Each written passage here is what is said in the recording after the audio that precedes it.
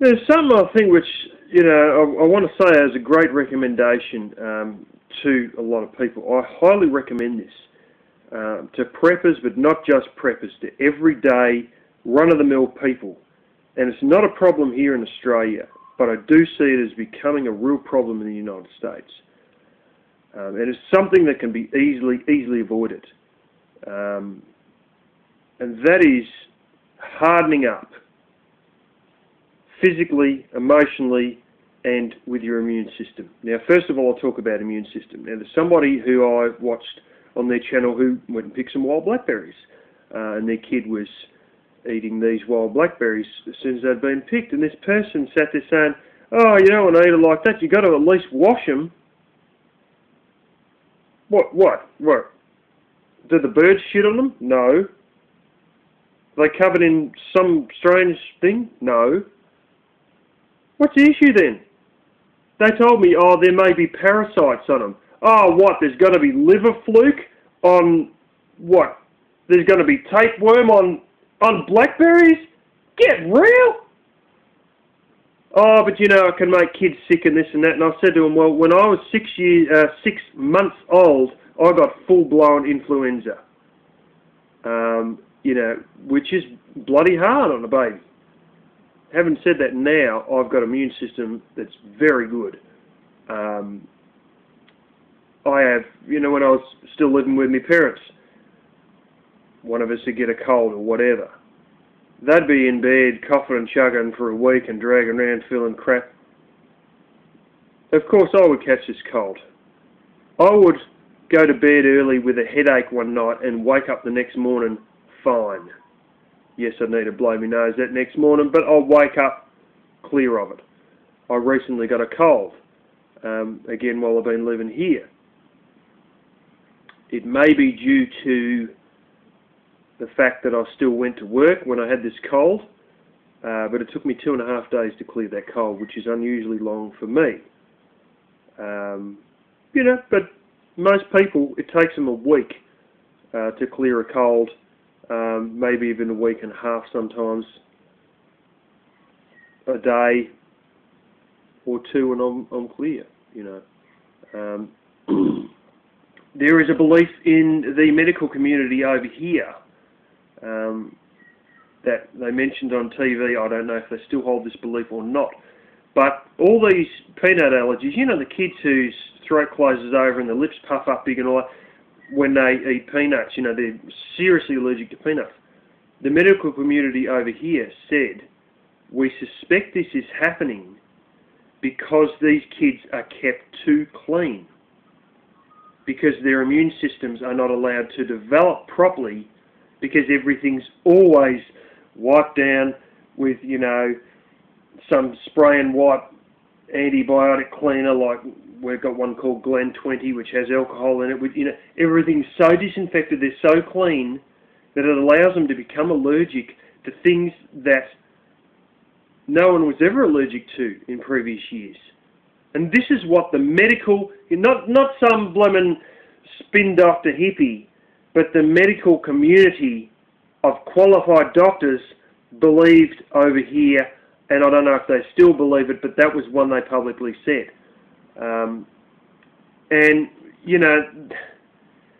I've heard of other Americans who do this. It's in a book that my sister's got. They were getting well water and there were these tiny little worms in them. Ah, don't worry about it, just drink it anyway. So they just drank it anyway. Well, nothing really happened to them, but their immune system was obviously hardening up. Later on, they went to India with a whole bunch of other people in some group. Anyway, the rest of the group all got sick as dogs while they were in India from food not being...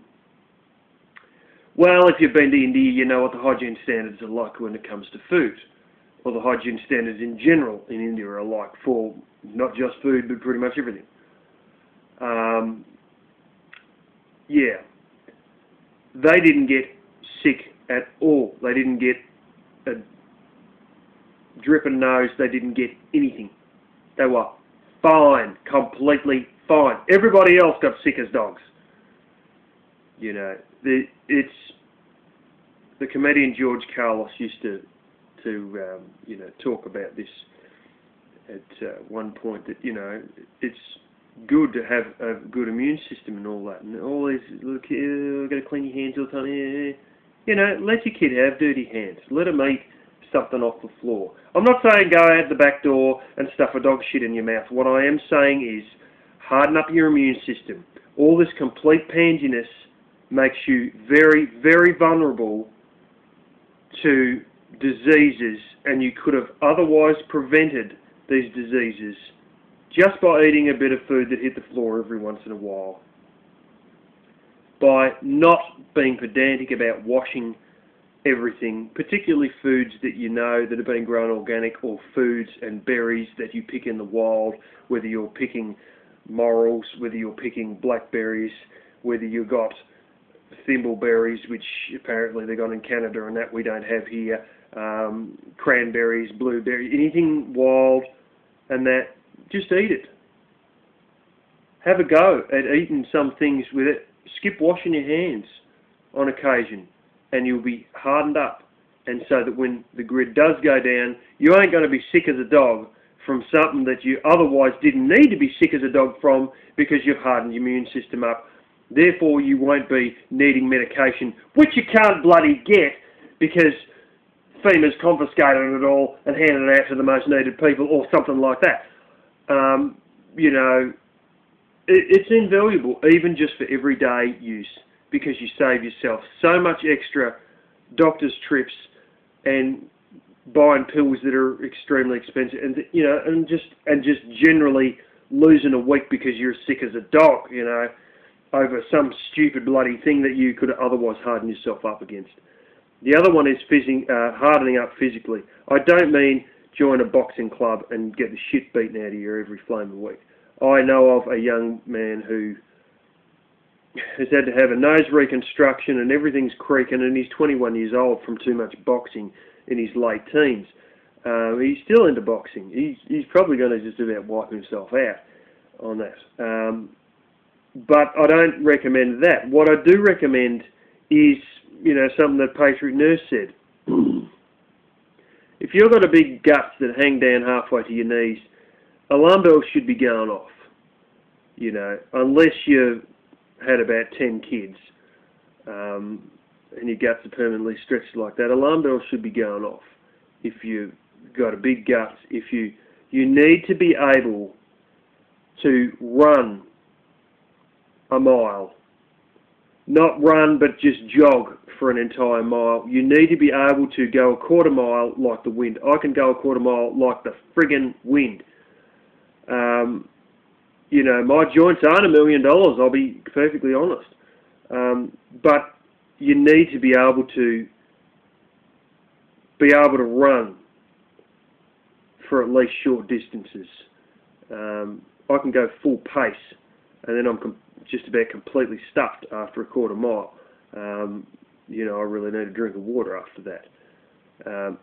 You know, but just to be able to purely run a decent pace and keep reasonably fit, you know, is a good thing. Especially if you live out in a... Let's put it like this, if you can outrun a bear, you're better off than getting eaten by one. But, you know, just for general health, general safety issues, cutting a tree down that decides it's going to fall the wrong way, you know, because of your lack of cutting it right, or the way the wind's going, the way the ground is, or the trees, or whatever, if it goes the opposite way, you're actually safer to stay closer to the base and just step around in the right direction. But, you know, there's umpteen times where you may need to run, and just being generally fit and being able to run very fast for short distances, I think, is a major plus. You know, if the grid goes down and there's a bit of flaming argy-bargy, you may want to do more than a waddle out of some places when the shots start firing. You know, when the shots start ringing out, you may realise what I flaming meant by being able to run a quarter mile being a good thing. The other one is emotionally. Turn the lights off. I don't mean go and have a relationship with a bad boy to know what it is to get beaten up emotionally. I'm talking turn the lights off for a couple of nights in a row. One night in a row for a start, and maybe then have 3 nights in a row with no lights, with no electricity. Learn to sort of be able to handle going without a few things. You know, live without any dessert for a month. You know, no sugar, you know, for a few weeks at least. Stuff like that. To be able to harden up. And if the power does go down or the grid goes real AWOL at one point, you know, whether it be EMP event, whether it be whatever, some reason a power station goes down, whether it's terrorism, whether it's a big fire that burns the crap out of the entire power station, you know, because this coal-fired power station, something goes wrong and it just burns the whole lot down. You know, to be able to handle going without. You can do this before an event does or doesn't happen. And if you've already been without power for 3 nights in a row, you know, it won't be as big a shock if it does happen, because it's like, oh, that was like that time we turned the lights off for 3 nights in a row. We're going to live like that until they work out what the hell's going down there in that power station. Or, you know, we'll be on, well, what happens here when the bushfire happens? They put them on, and during the Enron days in California, rotating outages.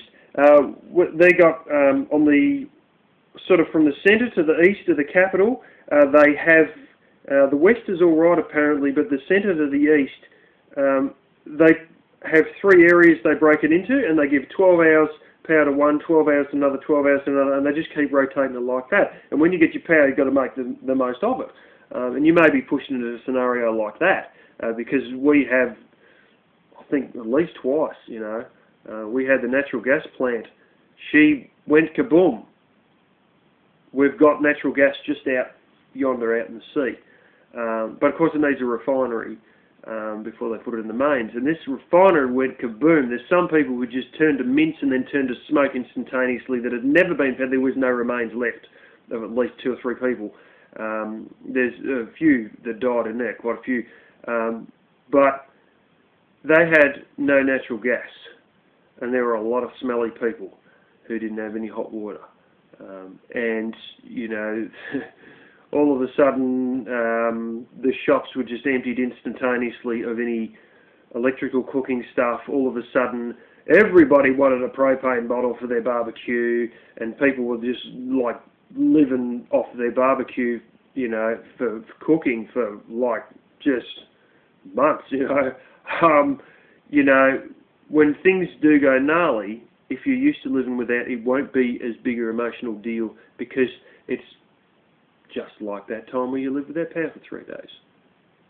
You know, so that's another recommendation, and then it'll take out the shock of the system for you personally, going without, because you've gone without before, and you know what it's like, and therefore it's not such a big a shock when it does happen.